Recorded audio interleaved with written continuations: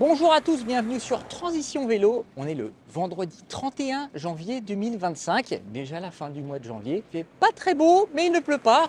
Et comme tous les vendredis, on va faire le point sur l'actualité vélo à vélo.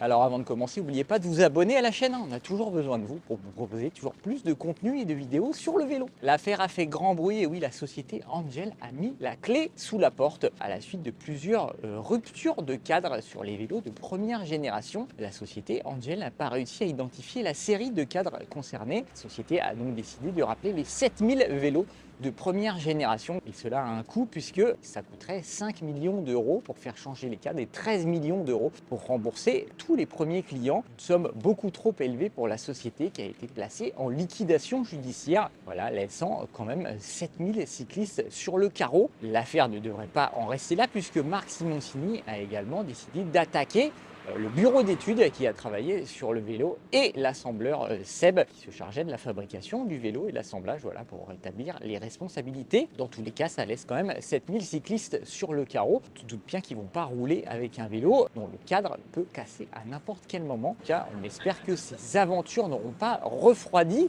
ceux qui ont découvert le vélo électrique urbain avec ce modèle, qui pourront se tourner vers des modèles plus confortables et mieux équipés, les vrais vélos. Parce qu'il faut dire que le vélo Angel n'était pas le meilleur vélo urbain du marché.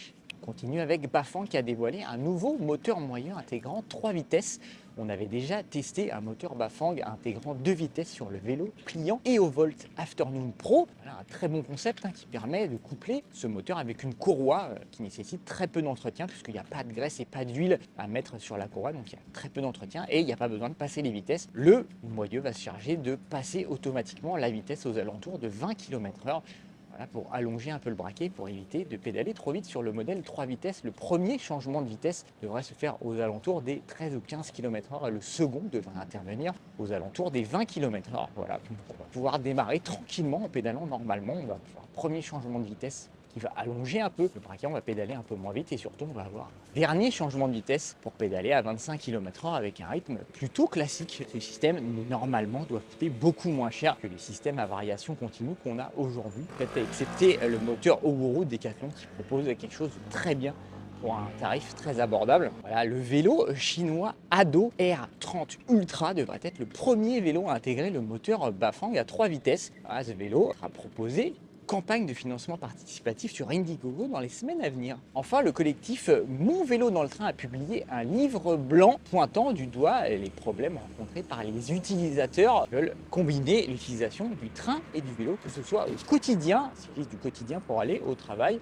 ou les cyclotouristes qui voyagent en combinant le train et le vélo. Voilà, le livre pointe du doigt évidemment le manque d'emplacement vélo dans le TER et les TGV, mais aussi le parcours d'achat qui est un véritable parcours du combattant pour pouvoir embarquer son vélo à bord des trains, trouver une place pour son vélo, acheter un billet pour son vélo. Voilà, et également les aménagements, l'accès aux gares et à la signalétique proposent des axes d'amélioration. Le premier devrait commencer par la simplification du parcours d'achat et de meilleures informations sur la possibilité d'emmener son vélo dans le train. Le second point d'amélioration concerne l'accès aux gares et l'accès aux quais avec une meilleure signalétique en gare. Enfin, le troisième point d'amélioration, évidemment plus compliqué, c'est de mettre plus de places vélo disponibles dans les trains. Mais il propose aussi qu'on améliore les parkings vélo et qu'on sécurise les parkings vélo en gare, parce qu'il y a des personnes qui n'ont pas besoin de voyager avec leur vélo, juste de récupérer leur vélo à l'arrivée pour se rendre au travail. C'est des points d'amélioration qu'on aime bien, qu'on trouve indispensables, puisque c'est vrai que combiner le vélo et le train, c'est ce qu'il y a de plus confortable. En attendant, vous pouvez toujours opter pour un vélo pliant avec une housse. Il faut le ranger dans une housse. Les trains de la SNCF, voilà, qui est considéré comme un simple bagage et donc qui pourrait être transporté dans n'importe quel train sans aucun problème. Du côté des tests, j'ai testé ce vélo, le Cargo One de Tenways, qui est un vélo cargo très bien équipé avec une transmission par courroie,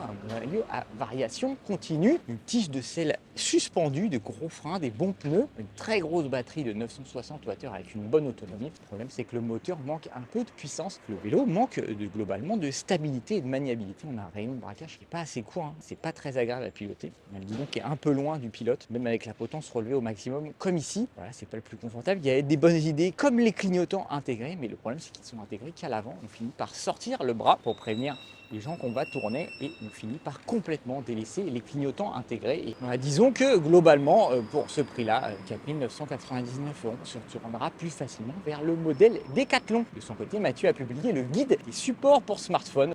Vous pouvez trouver les meilleurs supports pour smartphone qu'on ait testés, des modèles compacts, des modèles pas chers. Oh putain, je me suis pris une attaque de pigeons. C'est fou, attaqué par les pigeons. Voilà, c'est tout pour l'actualité de cette semaine. Vous pouvez lire tout ça sur Transition Vélo. Comme d'habitude, on vous a mis tous les liens dans la description. Voilà, n'hésitez pas à vous abonner si ce n'est pas déjà fait. Lâchez un petit pouce, ça fait toujours plaisir. Activez les notifications pour être au courant de toutes les vidéos et posez vos questions en commentaire. On se fera un plaisir d'y répondre. Voilà, d'ici là, continuez à rouler, continuez à vous faire plaisir à vélo et on se dit à la semaine prochaine.